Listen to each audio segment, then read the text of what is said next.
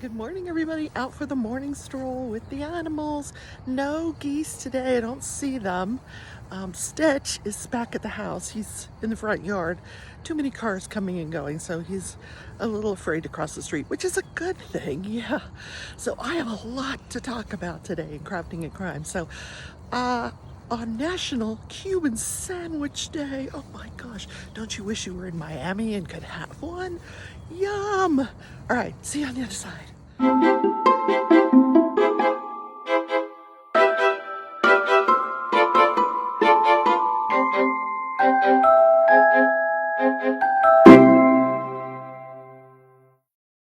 Hey, good morning, everybody. Crafting Journey here. That journey took over on Instagram and the leftovers on my new channel. Check that out. The link is down in the description. Even if it's not your thing, check it out. You might like it. And I'm trying to get the channel launched, so just kind of give me a like and subscribe. That would be awesome. And then you never have to watch again. But it is interesting content, I will tell you. What I'm going to be doing is I'm going to be fun employed. 1 week from today, I will be fun employed. Officially, I can launch my new business, which is reselling undervalued products on eBay and Poshmark. So, I got my coffee today, and it says, mornings are not magical. It's a Disney cup, you know, with the Tinkerbell there. And I made the coffee a little strong this morning. I've been up since 4 o'clock this morning. Yeah. My sleep schedule has just been off. Just off. I've had this horrible headache, Saturday, Sunday, Monday, yesterday. So I left work at 3, came home, laid down. I'm sure it's muscular skeletal, So I'm just trying to stretch that whole neck area and relieve that pain. But at 4 o'clock in the morning, couldn't go back to sleep. Don't know what woke me up, but couldn't go back to sleep. So I was playing my game and listening to YouTube. How was your Monday? Did everybody have a great Monday? I heard back from the attorney, and we're still working through some details. Let's just put it that way. I think this company is going to take a line in the sand. I feel like I'm not talking very loud today, or not, I don't know. So look what I've gotten done. Yeah, all of this is all done here. And then I was working right here with some color blocking in this blue color. That's actually the same color as this tray. This tray is from Tig's Creations. She is one of our sponsors. I think she's going to be on Mickey's show on Friday, so check that out. And we will have a giveaway for one of her items. I'm not sure what she's giving away, but we'll find out. And that's for people that are participating in the Great Escape event. So some of you are panicking because you're like, oh my gosh, I'm not even halfway done, and it's the end of August. You have a whole another month. Do not worry. I'm not quite. I would say I'm probably about halfway done, because this is more than halfway here. And I know, by a smidge. But I consider it to be halfway. I'm going to put the light pad on. It just, I don't know. I work better with the light pad.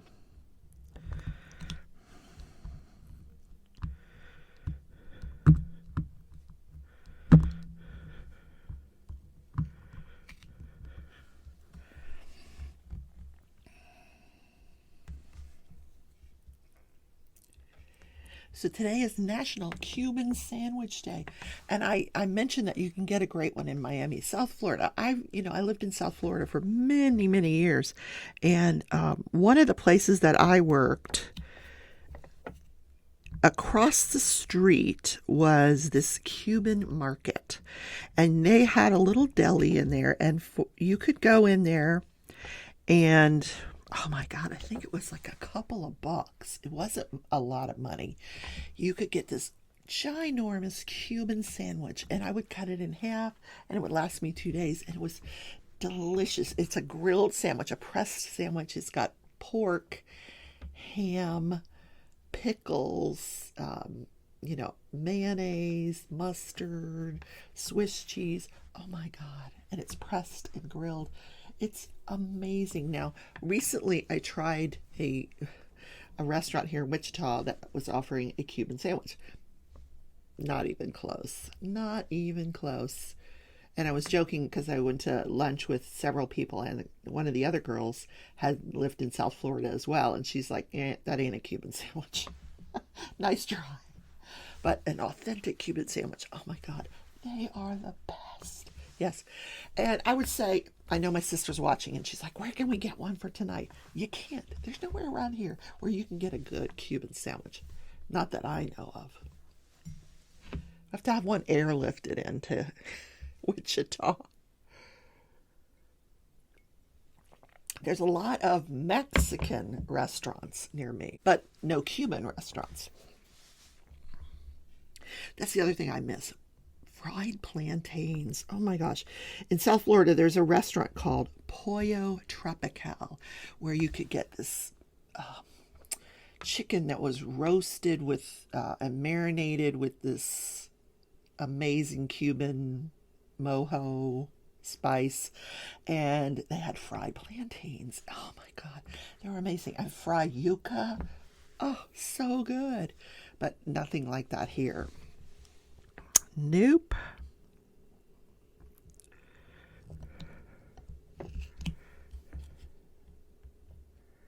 I am using my 10 placer, and I am multi-placing because there's a lot of color blocking here in the sky. This whole area is this blue.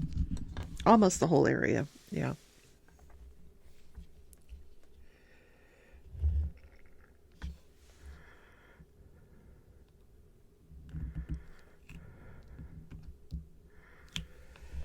So let's talk about crafting and crime daily. So much going on. Yes, I picked up some more information in the Murdoch case, which I'm going to save for the update on Monday. I'm just going to do an update once a week. So I'll save that. It's not going to go anywhere, trust me.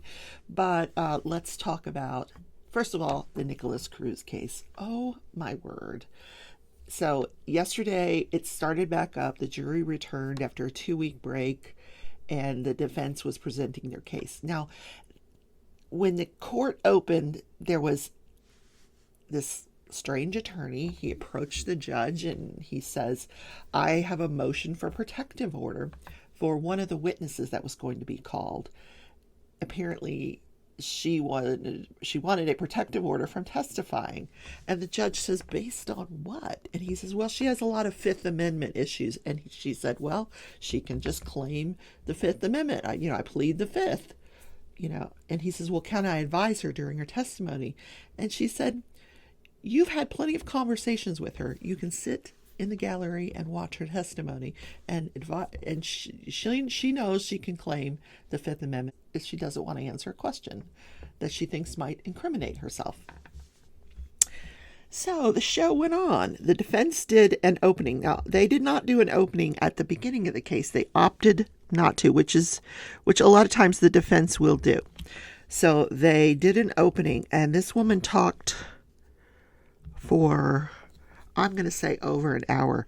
I was falling asleep. It's not that it was boring. It's just her voice was kind of lulling me into a sleep. I'm supposed to, I'm trying to work and trying to listen, and I'm like, yeah. But fantastic opening, I thought. She was concentrating on Nicolas Cruz being a damaged individual. And she says damaged people damage other people. Okay. I don't know if that's true. So she went all the way back to his birth. Now that she talked about his birth mother, Brenda, who was a prostitute in Fort Lauderdale on Federal Highway. I'm from South Florida, so I know this area very well. And she's deceased. His mother is deceased, Brenda. But she gave him up for adoption after his birth. Prior to his birth, she had one other child. According to the defense, Brenda Woodard, Nicolas Cruz's mother, had a lifelong history of drug addiction, alcohol abuse, prostitution, and told her daughter Danielle Woodard, Danielle was 12 years old when Nicolas Cruz was born, told her daughter Danielle that she was pregnant as a result of a rape and that the baby was in a polluted womb. Now, first of all, it's uncanny how much this sister looks like Nicolas Cruz. Just amazing. So she was present when the baby was, maybe not when the baby was born, but she did get to see Nicolas before he was given up for adoption. She said she held him. That was the only other time she has ever seen Nicolas. The second time was in that courtroom yesterday. That's the only two times she has ever seen her brother. Because after she held him at 12 years old, he was given up for adoption to a woman named Linda, who lives in Parkland, has a beautiful, 4,000 square foot home with a pool. And, apparently at one time Linda offered to adopt Danielle, and they didn't think that it would work out, so it just didn't happen. And later on, when Brenda Woodard got pregnant a third time with her son Zachary, she also gave that child up for adoption to Linda. So Linda had Zachary and Nicolas. Now, at Nicolas's birth, all during the pregnancy, the mother was, doing crack cocaine, drinking alcohol, and he came out very damaged. He was, I don't know what his APGAR scores were. Those are the scores that you're given when you're born, but I can tell you from the description of the birth, they were not good. He was born with the umbilical cord wrapped around his neck 3 times. That's not good. It decreases the oxygen that gets to the brain. And then at birth, he was very limp and blue and had to be fully resuscitated, and didn't come around till about 5 minutes of age. That's not a good sign. And I can tell you, having been a neonatal intensive care nurse, that he probably suffered some brain damage as a result of all this. Minor, but he probably did. And infants that are born from mothers who are doing cocaine and alcohol generally do not do well. They have very high-pitched screams. They are very hyper. They're hard to calm down. So I can only imagine that Linda must have had a very difficult time with him as a child. Now, Linda, her last name was Cruz. That's where we get Nicolas Cruz. Linda Cruz was married to Roger Cruz. And later on during the relationship, Roger and she split up. Now, Roger came into that marriage already with 4 children from another marriage. So Nicolas has 4 half-brothers and sisters. So when Linda passed away in October of 2019, just a few months prior to the shooting, both Nicolas and Zachary reached out to those 4 children. They were all adults by then, and none of them would help. They all lived up in the New York area, the Northeast. None of them would help Nicolas or Zachary. So they were both taken in by this other family. Learned that prior to Linda's death, she did take Nicolas to purchase an AR-15. He had an obsession with guns. He spent his entire life in special education. He was in a special education class when he was young. They put on a witness by a Zoom who taught him in preschool in a special education class and said he was a very difficult child, very violent with the other children. He clearly had developmental delays.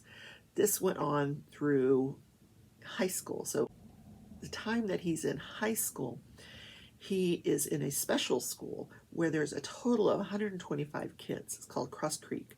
And from first grade to 12th grade, 125 kids, but tons and tons of therapists and counselors on staff to help these kids. And he was actually doing very, very well at this school. And because he was doing so well, they decided, well, let's let him try to take a couple of classes over at Marjorie Stoneman Douglas High School. And while he was attending Marjorie Stoneman Douglas, he kept getting into trouble. He brought a gun to school at one point. At that point, he said he was sent home, and he was like, "You're not allowed to bring a backpack to school anymore. You can't," because they were afraid he would have a gun in it. There was one counselor that apparently we're going to hear from who told the principal, "Listen, this kid does not belong in this school," and he told this woman to stay in her own lane. Now, I can't wait to hear that testimony. What? Stay in your own lane? So they let him stay there. So one of the classes he was taking was Junior ROTC, which advocates shooting and guns. Yay! More guns. But the whole theme that he was damaged, they put on a witness that was very good friends with Brenda. Brenda Woodard, his biological mother, passed away last year. But they put on Brenda Woodard's best friend and cohort during all this prostitution, who's been clean for 25 years, no longer is prostituting, she works part-time at the Dairy Queen, and she seems to be doing very well. Yes, I want to work at Dairy Queen. Anyway, I'm not doing any diamond painting. So she testified about how Brenda would have to go do these random drug tests during her pregnancy, and she would actually have Danielle pee into a cup. She would cover it with foil, and then she would put it in a place where the sun doesn't shine, and then when she went to go do the urine test, she'd take it out, pour it into the tube, and she'd have a clean urine.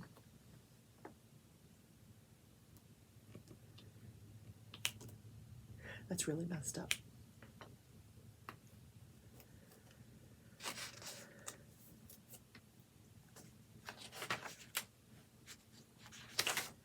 So that's what happened in the Nicolas Cruz case. And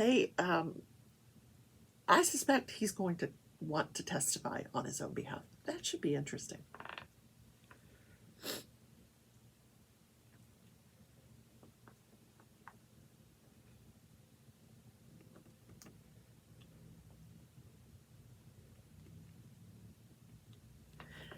And did I forget to mention that when his sister Danielle took the stand, this is the one who didn't want to testify. She had the attorney come up on her behalf, and she was going to claim the fifth. Well, it never came out what she was charged with, but she had to come. She was escorted by 3 armed guards into the courtroom before the jury came in shackles and handcuffs and this ugly brown scrubs. And she sat down, and like I said, uncanny how much she looks like Nicholas. My research said she is pending trial on armed robbery, carjacking, and aggravated assault. Why all those cards? Oh my goodness. She must be very violent. I don't know. But she has a criminal history that goes back to when she was 19 years old. She's been in and out of prison.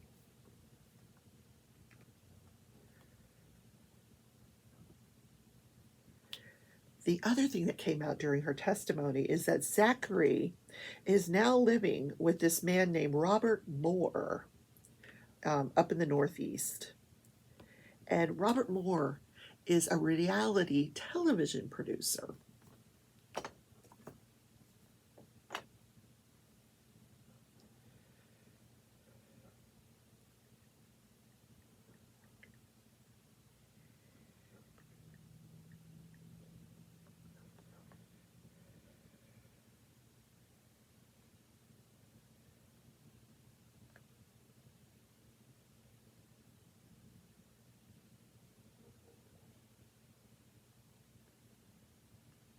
On direct that you know.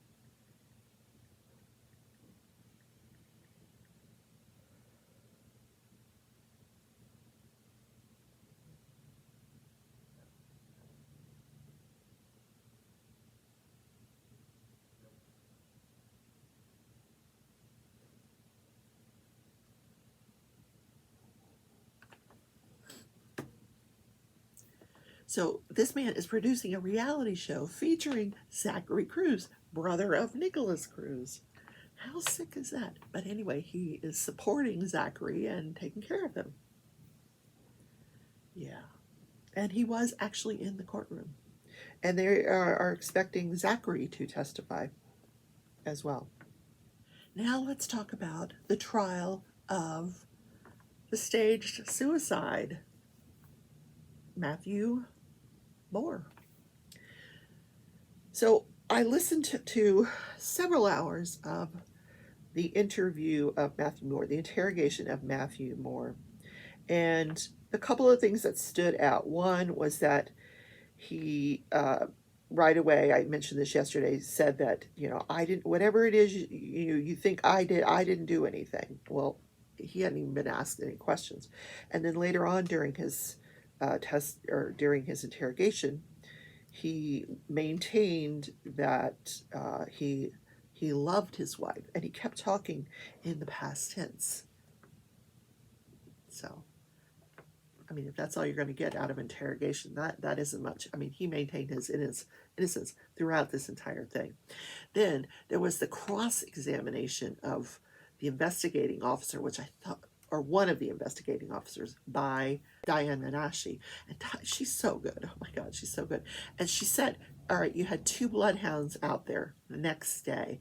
And Diane Menashe actually had maps. So she showed the officer the map of where the one bloodhound went. He went all the way to the bike trail, up the bike trail, and then over, and ended up in someone's driveway. Well, there was a second bloodhound who took a different path, but ended up in that same driveway. Then another bloodhound came out the next day and took a third route and ended up at the driveway. So I don't know what's going on with his driveway. Then they had a cadaver dog come out, and the cadaver dog searched the entire house. This is a dog that's, trained to scent on dead bodies. The attic, the basement, everything was searched. The entire area was searched. The woods were searched, and this dog did not hit on anything, which I thought was very interesting. Then this same officer was describing the initial search of the woods near the bike path. And he said, when you first walk into the woods, it's kind of clear. You can just walk through the trees. But then you get to this one heavily wooded area that you can't get through. It is so overgrown. So that's as far as they went. He assumed that the patrol officers had searched that area and beyond, and it was beyond that heavily wooded area that they found 4 months later the body of Emily hanging from a limb. These were areas that the cadaver dog searched right after she went missing and didn't hit on anything. So the big mystery is what happened to her between the time she went missing and the time she is found dead in those woods. In fact, the officer said that once they had found her body, he went into that wooded area and he had to call one of the other officers and say, how did you get through here to the body? I mean, I don't even see a way through here. And they actually had to show him how they got there a different way. Yeah, interesting. So that is as far as we're at with this case. I think I'm 1 day behind on it because there's a lot to catch up with, guys. A lot to do. Yes. And the whole Nicolas Cruz thing was so interesting. It just really was. And I'm not going to say that I feel sorry for him. I think we all have issues in life, but we don't take AR-15s and gun down 14 kids and 3 teachers. Yeah, so.